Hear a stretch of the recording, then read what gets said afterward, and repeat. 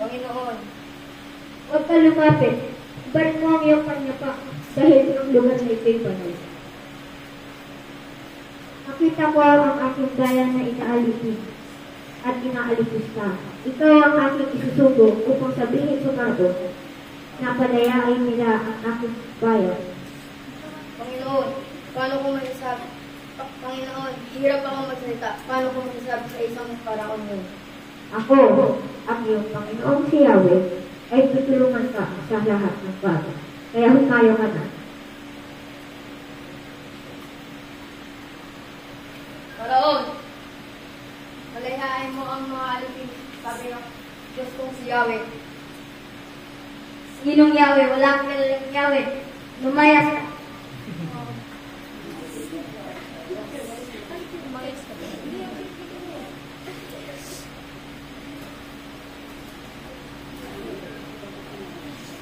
Panginoon, hindi pumayag ang paraon.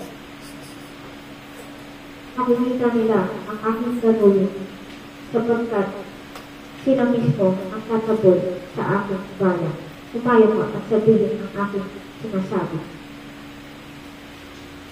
Paraon, palayain mo ang mga alipin, kundi madaming salot ang puno. Pupunta sa iyo. Hindi. Lumayas ka.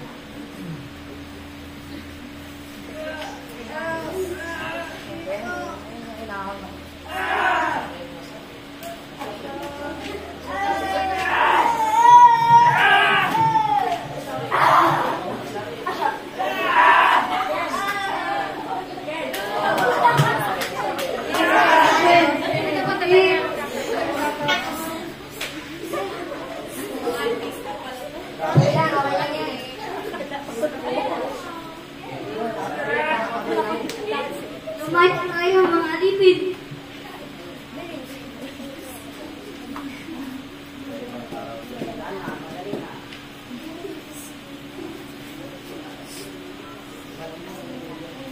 Aba, kasama dapat sa Tres Corredor. Hindi pala siya.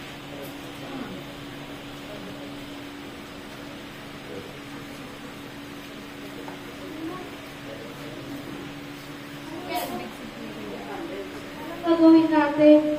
Paano tayo makakalakas? Lahat ng paligid ay tubig. Ano doon na sila? Ulit sila at patiin. Panginoon, tulungan niyo po kami. Tumayo ka. Itaas mo ako ng baston.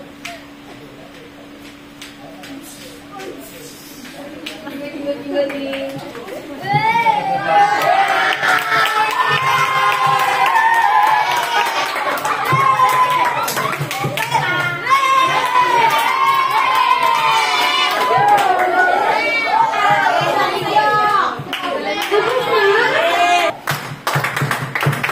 Golden steps, go all in. Shining bright will always win. One team, one goal will never rest.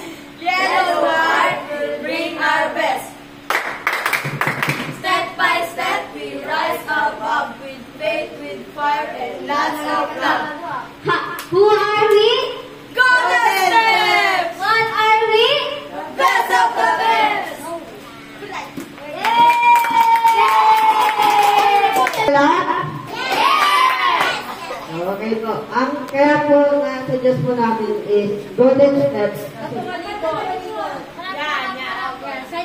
Kaya po na-suggest po namin ang golden steps. At ito po ang design. Ang una ko po na-explain is ito pong paa. Ayun. Napila yung paa. Ayan. Kaya paa po yung nakagitna kasi po bawat step po natin is golden with God.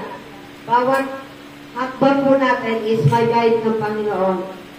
At ang second naman po, ito po nandito po is panay bad po na mga thinking at mga struggles. Ang po dito po, kaya po naisip po namin ganito po ang design kasi po range po siya and ang ginagawa po niya dito is parang gusto pong hatakin yung paa po papunta po din po sa bag. Which is, ayun po, di po pwede po mangyari kasi po, marami po pwede nangyari po sa atin. At dito po, sa may, banda po, dito po sa may gold, sa may golayero po, is mga good po, mga pinag-prepare po natin na mga stuff and mga basics po, like wisdom, faith, trust, knowledge, courage, and follow. Yun po ang naisip po namin po. At ang Bible verse po namin po dyan ay Romans 8:26. Kasi po, sa Romans 8:26, sinasabi po doon is about sa pagtulong po ng Panginoon sa atin po. Kahit di po tayo marunong manalangin is tinutulungan pa rin po tayo ng Panginoon sa bawat hakbang at bawat desisyon na ginagawa po natin. Ayun po.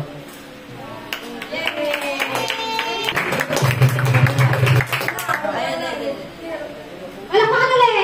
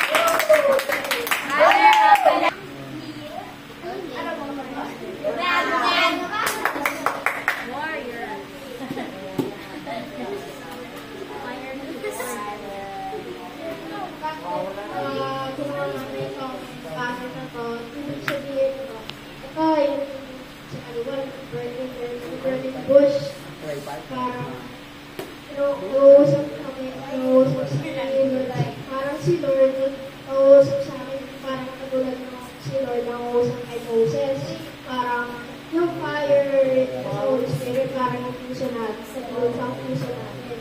Tapos yung sa gitna, yung bonfire, parang yung kids camp, or yung, parang katulad sa youth camp, or kids camp, ito, may bonfire na tayo, na-explain ko to.